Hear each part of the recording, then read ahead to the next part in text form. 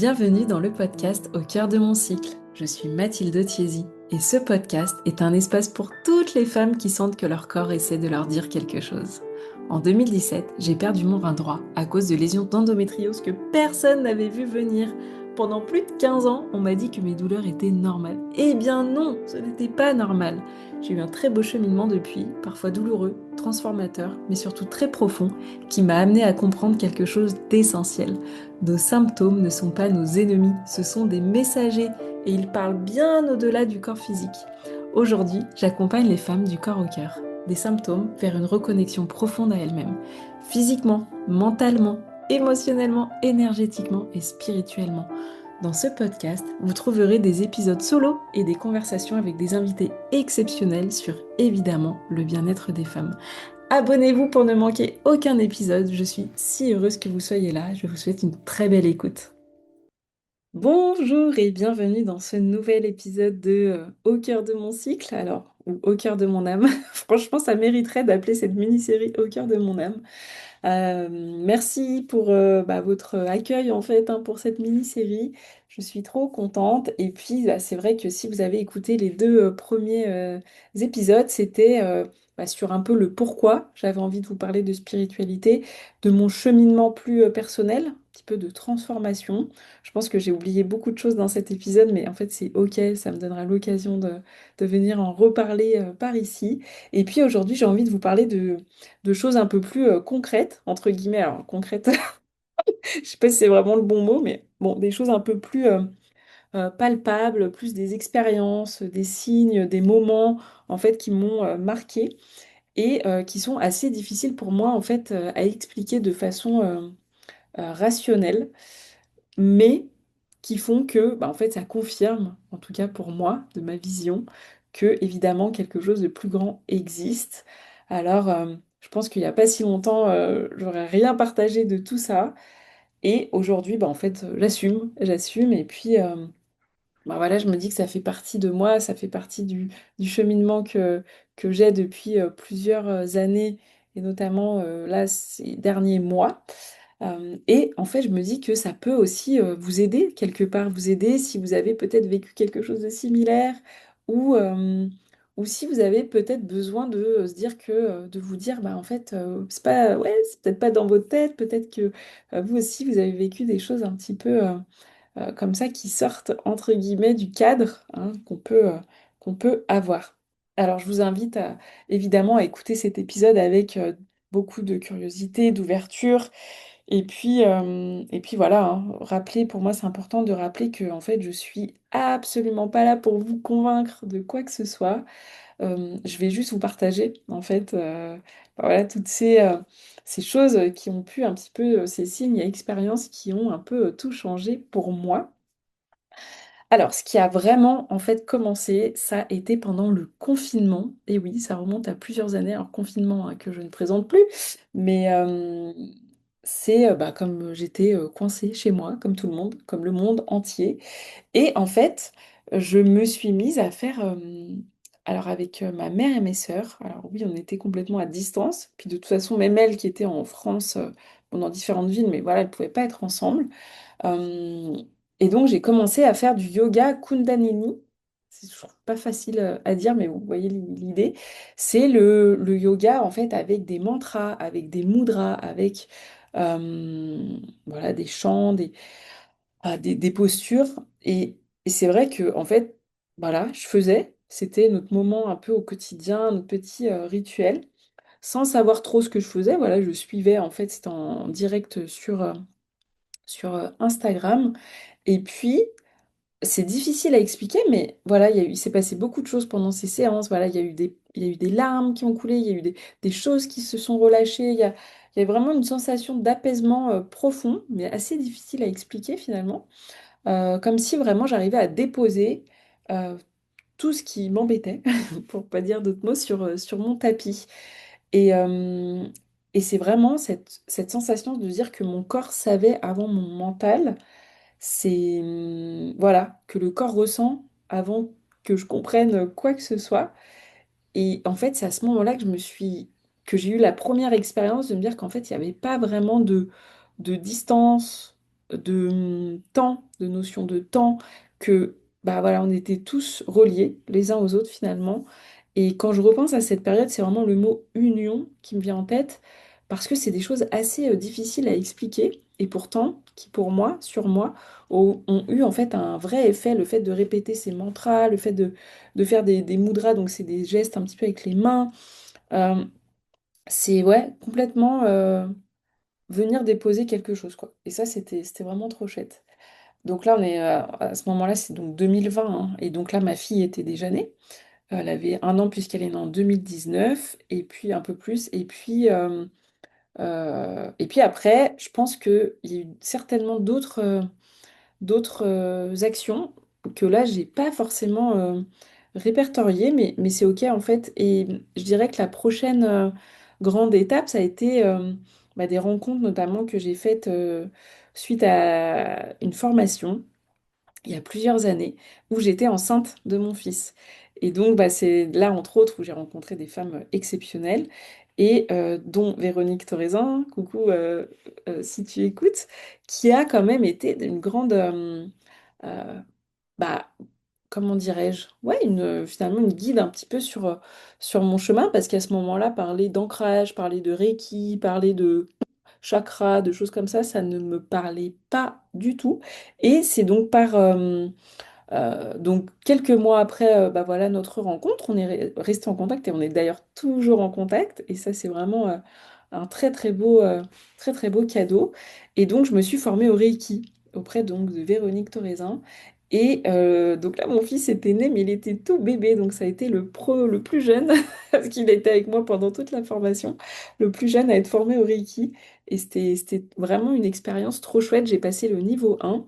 Donc là, j'ai vraiment appris à travailler avec l'énergie, à ressentir, à pouvoir sentir, ressentir ce qui pouvait circuler, ce qui pouvait se bloquer, ce qui avait besoin, entre guillemets, d'être libéré, à ouais, utiliser mes mains et à ressentir.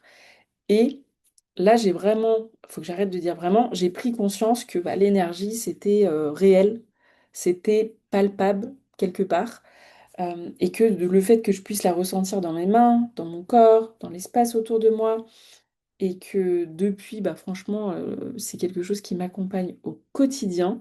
J'ai enfin, par la suite, ça a été tellement logique pour moi de passer le niveau 2 dans la foulée. Et maintenant, ça fait vraiment, ouais, faut que j'arrête de dire vraiment, ça fait partie de moi, sur mon entourage. Je m'en sers ouais, pour mes enfants. Et voilà, c'est quelque chose que j'utilise de façon assez naturelle, accessible. C'est certain que en fait, par le biais du Reiki, je peux et je pourrais m'en servir de façon beaucoup plus profonde.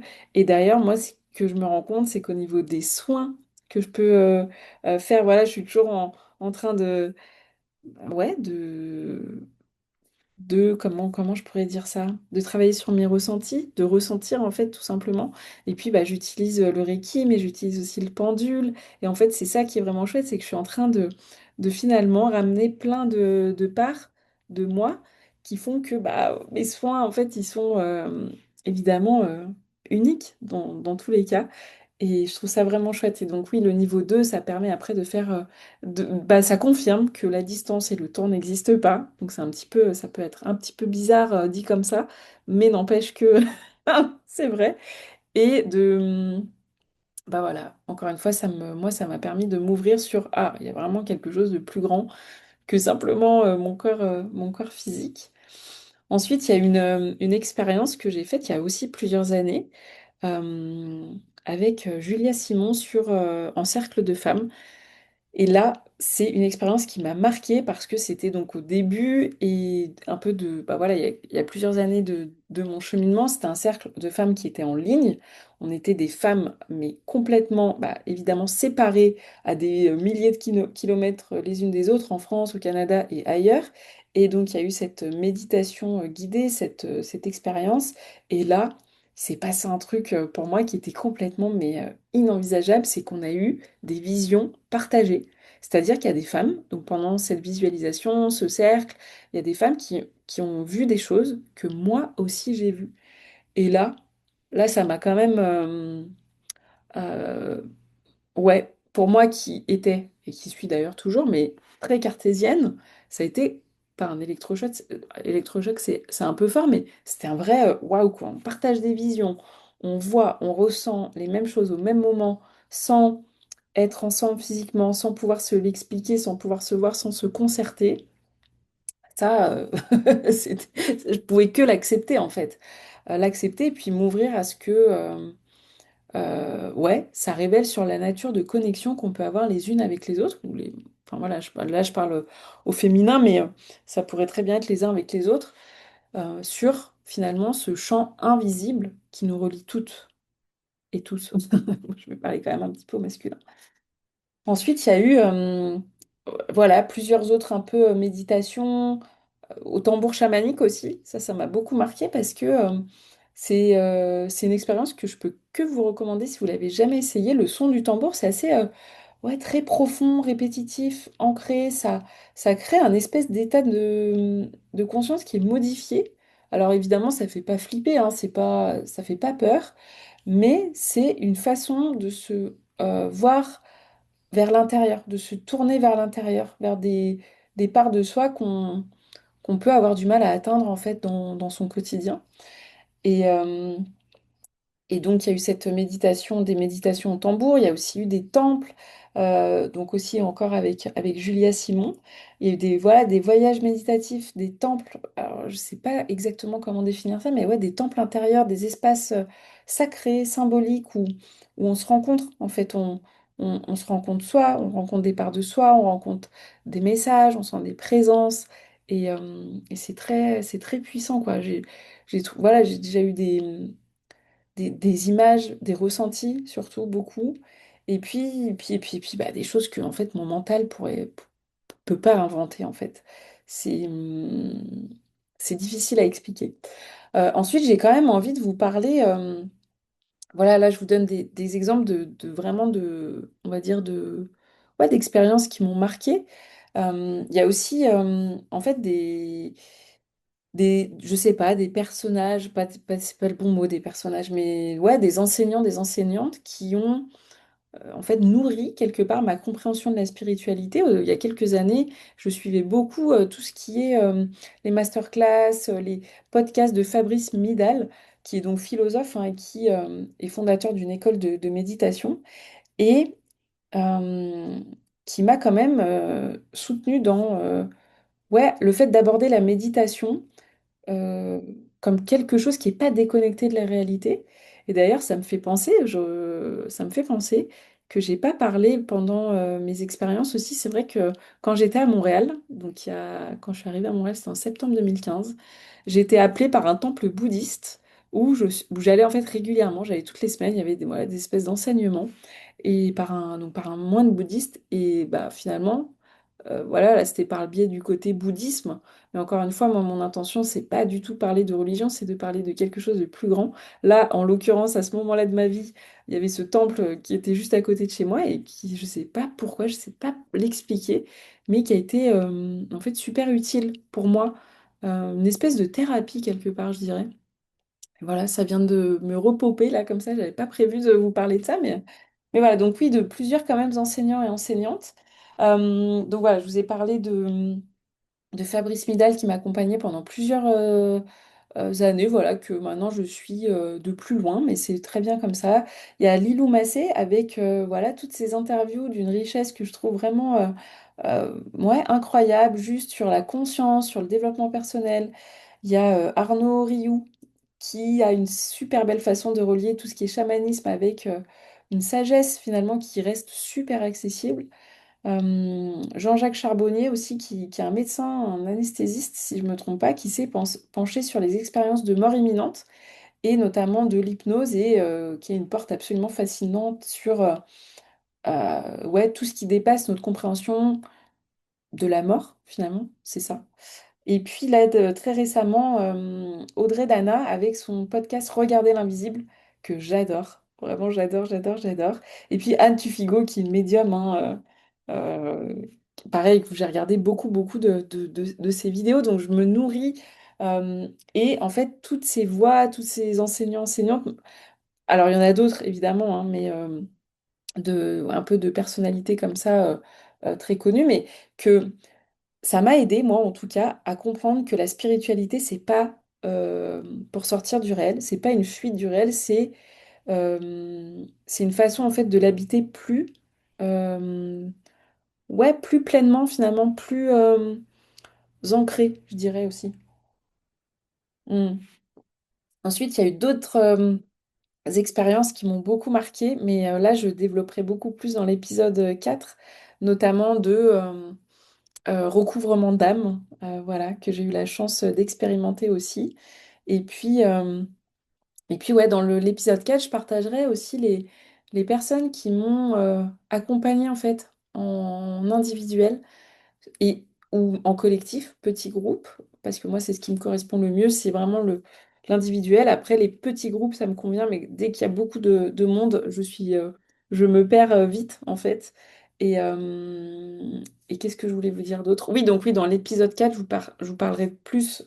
Là, voilà, c'est les personnes un peu qui m'inspirent du côté un peu euh, euh, ouais, plus global, plus connu. Mais en tout cas, pour moi, mon cheminement, il y a des personnes qui ne sont pas assez connues à mon goût, qui méritent d'être beaucoup plus connues. Donc, je vous ai parlé un petit peu bah, de Véronique, je vous ai parlé un petit peu de Julia, je vous parlerai de Davina, de Myrtille, voilà, des personnes aussi que j'ai interrogées sur mon podcast. Donc, je vais être trop contente de vous expliquer un petit peu plus en détail.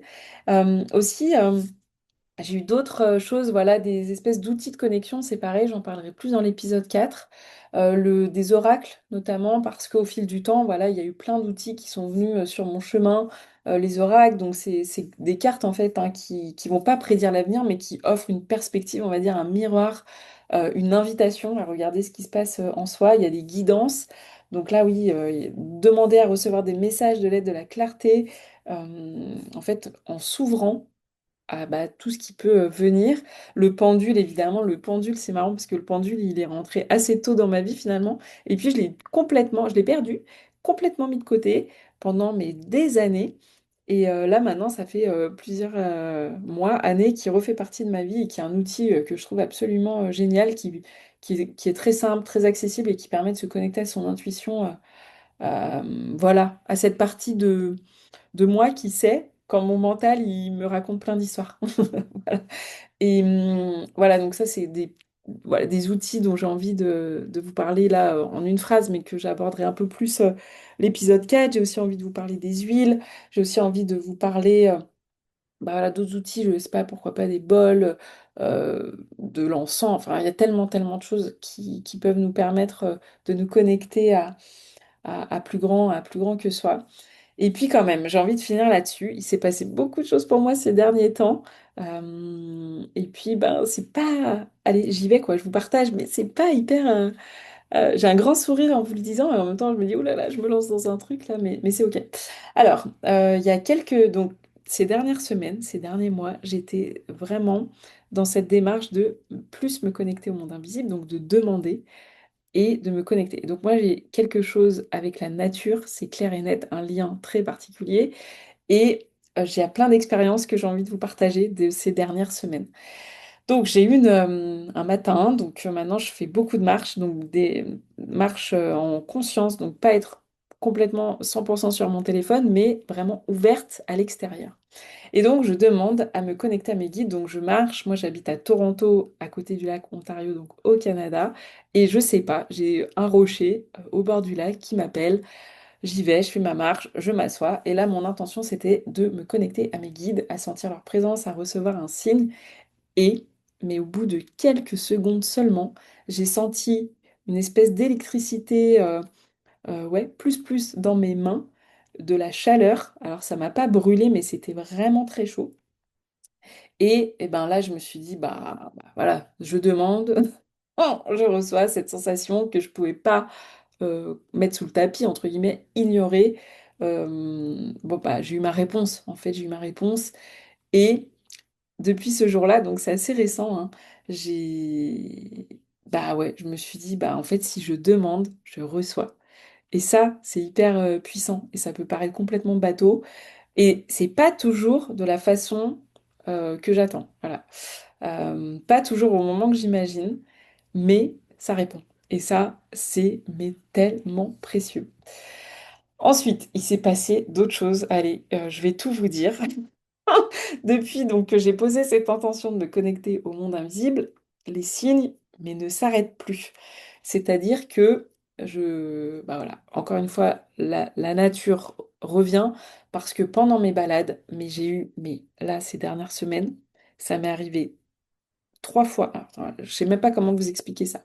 Donc, je me baladais et là, 3 fois, 3 moments différents, 3 jours différents, 3 oiseaux différents qui sont venus se poser sur ma tête. Je me dis, mais c'est complètement irréel de dire ça, et c'est pourtant vrai. C'est-à-dire pendant mes marches, pas à côté, sur ma tête, en mode, qu'est-ce que c'est que cette sensation, mais trop bizarre. Euh, et en fait, il y a une fois où ça m'est même arrivé d'avoir 2 oiseaux en même temps. Et là, j'ai dit, c'est trop, ça m'a fait peur, je me suis mise à courir, ok j'ai compris, je me suis dit c'est parfait, j'ai compris le message, je veux un autre signe, entre guillemets, je veux plus d'oiseaux sur ma tête. Bon, et là, qu'est-ce que je vois? Je vois une loutre qui sort comme ça, juste devant moi, qui me regarde, mais qui sort de nulle part, qui me regarde, et qui retourne dans l'eau. Bah là, ok, bon, bah, j'ai compris. C'est vrai que la loutre, j'ai regardé la symbolique. À chaque fois, il y a des messages derrière les animaux que je peux voir qui sont absolument magiques. La loutre, c'est le féminin, la joie. Et en fait, ça me parle beaucoup. Donc, voilà. Après, il s'est passé d'autres trucs, encore une fois, avec en lien avec la nature. Mon oiseau préféré, c'est l'oiseau rouge, là, le cardinal rouge. Et quand je pose l'intention d'en voir un, j'en vois un. Mais quelle est la chance pour que ça arrive? J'ai aussi vu l'oiseau bleu là dernièrement et ça m'a fait trop sourire parce que je suis en plein cheminement pour continuer de débloquer ma gorge, voilà, qui est bloquée depuis toujours. J'ai envie de dire, j'ai toujours eu plus ou moins des soucis avec ma gorge étant petite, hein. Bah, j'avais finalement beaucoup de mal, notamment à m'exprimer. Et voilà, je me rends compte que par moments, c'est toujours un petit peu le cas. Alors, c'est quand même le comble maintenant d'avoir un podcast, mais je trouve ça justement trop chouette. Et donc, l'oiseau bleu, là, le Blue Jay, ça fait 10 ans que je suis au Canada, je n'en avais jamais vu un. La symbolique, c'est la communication et c'est en lien avec le chakra de la gorge. Donc, je me suis dit, bon, bah, c'est vraiment trop drôle. Et voilà, le fait que cet oiseau soit lié à ça, ça m'a fait vraiment sourire sur apporter sa voix, dire sa vérité. Euh, voilà, il y a eu un autre moment aussi où là, bon, c'est un peu touchy, mais n'empêche que c'est la réalité, enfin en tout cas ma réalité, hein, tout ce que je vous partage encore une fois, c'est ma réalité. C'est que quand voilà, j'étais sur mon rocher un autre jour, hein, pas du tout le même jour où j'ai demandé la connexion avec mes guides, mais j'étais au même endroit. Et donc j'ai demandé en fait à me connecter à ma grand-mère ou arrière-grand-mère bah, qui sont décédés et il s'est rien passé. Et c'est complètement en fait ok. Je me suis dit bah, de toute façon je suis en chemin donc je suis pas encore là à recevoir des messages des personnes qui sont décédées. Et ce qui s'est passé c'est que je suis descendue de mon rocher et donc je me suis mise en marche le long du lac et là il y a un petit oiseau qui m'a suivi tout le long. Et le signe, il était là en fait. Ça, voilà, je peux pas vous l'expliquer, mais voilà, je l'ai vraiment pris comme le signe de ma grand-mère, qui adorait les oiseaux, les petits oiseaux, qui les regardait, qui pouvait les regarder manger et tout. Elle leur mettait tout le temps des petites graines. Et je me suis dit, ce petit oiseau, quelle était la probabilité, entre guillemets, pour que cet oiseau me suive comme ça pendant si longtemps? Parce que c'était pas un pas, deux pas, c'était pendant ma marche, pendant plusieurs mètres. Donc ça, c'était aussi trop beau. Et enfin, la dernière quand même expérience qui m'est arrivée que j'ai envie de vous partager, donc c'était au mois de mai, donc c'est assez récent, et c'était le jour de l'anniversaire de mon ami d'enfance qui est décédé il y a maintenant plusieurs années. Et donc j'ai clairement dit, là j'ai dit, je suis prête à recevoir un signe de sa part. Et donc je me balade comme tous les jours, voilà, je passe, et là sur un énorme rocher, là où il y a inscrit le nom du parc, en plus c'est un parc à papillons, donc c'est vraiment trop beau. Il y a un petit caillou qui était posé et qui était peint aux couleurs de l'arc-en-ciel. Pile à l'endroit où quand j'ai tourné la tête, voilà, je l'ai vu. Et là, bon bah là, j'ai un peu halluciné parce que le jour d'avant, ce caillou, il n'était pas là. Le jour d'après, il n'était plus là. Et là, je peux pas vous le dire de façon rationnelle, mais en fait, j'ai su tout de suite. En fait, je l'ai vu et bim, j'ai eu des frissons partout et, euh, et c'était trop beau. Peut-être autre chose que j'ai envie de vous partager qui est un peu dans un autre registre, qui n'est pas directement en lien avec bah, la nature, quoique je rentrais de nature. Je rentrais d'une balade et en fait j'avais décidé de mettre de la musique à très haute fréquence. Alors je ne me rappelle plus le nombre d'hertz, mais vraiment, vraiment un truc haut. Et donc là je me suis posée sur mon canapé et j'ai fermé les yeux et j'ai vu comme, vous savez, les anciennes pellicules là, photos. Eh ben, j'ai ça qui a défilé devant mes yeux, en fait. C'est très difficile de décrire ça avec des mots, mais euh, voilà. Et il se passait plein de choses. Il se passait plein de choses. Et j'ai reposé l'intention de re-avoir ce genre de vision, et puis j'ai pas réussi. Enfin, j'ai pas réussi. C'était pas le bon moment. Probablement que ça va se repasser à un moment, mais en tout cas, là, bon, ça fait longtemps que j'ai pas reposé cette intention, mais voilà, c'était aussi un, quelque chose qui m'a un peu aussi perturbée. Et puis, en fait, j'ai trop de choses encore que je veux ajouter finalement. Euh, le dernier truc en date, c'est donc il n'y a plus d'oiseaux qui viennent sur ma tête. Donc ça, merci, parce que non, mais rien que oh là, je trouve ça vraiment fou. Euh, donc, par contre, il s'est passé un truc la dernière fois. J'allais prendre mon petit cacao shot là. À mon petit café préféré et c'est comme si j'avais reçu une petite tape derrière la tête. Et alors là, moi, j'ai un peu bloqué en me disant, mais il y a personne, quoi. Je me retourne évidemment directement. Il n'y a personne. Après, je me dis, non, mais c'était peut-être une branche. Mais non, c'était pas une branche parce que, bah, évidemment, je n'étais pas. Et puis c'était derrière ma tête, quoi. C'était pas devant. Donc, pas en mode, ah, je me suis pris un arbre. Euh, voilà. Donc, ça, c'était. Je peux pas l'expliquer. En fait, je peux pas l'expliquer. Et puis aussi, bah voilà. La connexion avec tous les animaux que j'ai pu voir dernièrement, c'est assez fou que ce soit des lapins. J'ai vu un vautour. Non, mais là, l'histoire du vautour, ça m'a beaucoup perturbée parce que j'ai regardé ce que c'était. J'étais avec mes enfants en plus. J'ai tourné la tête, je vois cet énorme vautour qui s'appelle un nouboutou. Là, par contre, c'était très, très, très impressionnant. J'ai vu donc la petite loutre, j'ai vu bah, plein d'oiseaux de toutes les couleurs, des jaunes, des rouges, des bleus. J'ai vu des papillons, j'ai vu des cygnes, des bébés cygnes, ouais, c'est assez, assez fou. Et à chaque fois que je croise un petit animal comme ça, quand je tourne la tête ou bah, je regarde la symbolique, et à chaque fois, ça me délivre un très beau message pour ma journée. Donc voilà, je peux que vous encourager à faire des marches en conscience, en nature. C'est c'est absolument magique. Et puis, bah, de ce que je retiens un peu de tout ça, c'est cette sensation de me connecter à quelque chose de plus grand, évidemment, d'être à ma place, d'être alignée. Euh, et encore une fois, pour moi, c'est ça la spiritualité, c'est aussi de pouvoir, entre guillemets, contribuer, œuvrer dans ce que je fais au quotidien pour moi, mais aussi pour les autres. Et c'est pas pour rien que là, je développe vraiment, faut que j'arrête de dire vraiment, que je développe mes ressentis encore plus par rapport aux soins énergétiques que je peux en fait faire pour les gens. Parce que je sais que c'est là. Je sais que c'est là. C'est juste qu'il y a une espèce de non-autorisation de ma part, beaucoup de peur. Donc voilà, de partager cette mini-série, bah, c'est aussi une façon d'y aller, en fait. D'y aller, go, go, go. Et puis voilà, donc je vous partagerai dans l'épisode 4 bah, plus voilà, les rencontres avec... voilà, il y a eu une autre expérience qui me vient en tête là avec Florian Noutsos, sur une connexion à mes guides aussi qui avait été absolument magnifique. J'avais ressenti une présence au niveau de mes épaules, une espèce de chaleur, c'était magnifique. C'était magnifique. Et puis aussi, voilà, il y a d'autres outils. Voilà, je pense au Human Design qui m'accompagne de plus en plus. Là, je suis en train de me former auprès de Myrtille aussi, que j'ai interrogé sur mon podcast, Simonotti, par rapport à justement apprendre à toujours bah, mieux me connaître, euh, pour pouvoir encore mieux, entre guillemets, accompagner. Et donc ça, je vais en parler voilà, dans l'épisode 4 Conscience Ancrage de Véronique Thorezin. Évidemment, les temples avec Julia Simon. Voilà. Il y a plein de femmes, Tiffaine Golda qui m'a accompagnée au début de mon lancement d'entreprise, mais finalement aussi, il y a déjà cette connexion en fait à quelque chose de plus grand finalement.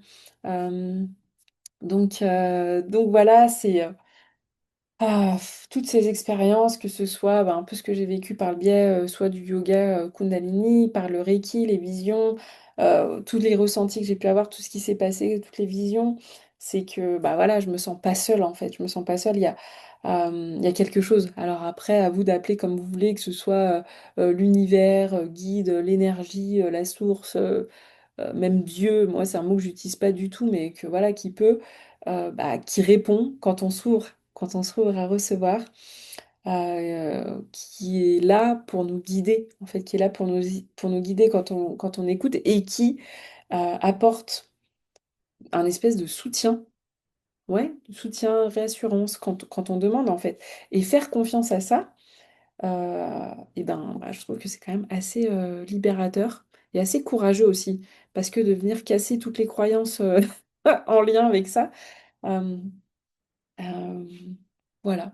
Et encore une fois, je suis pas là pour vous convaincre. Alors, je pense qu'il y en a peut-être certaines d'entre vous qui n'auront même pas fini l'épisode ou qui vont se dire, ah, c'est bien beau, mais ça, c'est pas pour moi. En fait, mais je vous dirais juste un mot, c'est commencer à observer ce que vous pouvez appeler comme coïncidence, synchronicité, euh, tout ce qui est cadeau mal emballé. Est-ce qu'il n'y a pas quelque chose derrière? En fait, ça me fait aussi penser à moi, finalement.